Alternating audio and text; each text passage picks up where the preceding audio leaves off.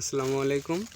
এক গাছে প্রায় একইভাবে 4টা শশা এখানে হারভেস্ট হয়েছে কালকের আগের দিন, আর উপরে অসংখ্য আছে মাশাআল্লাহ।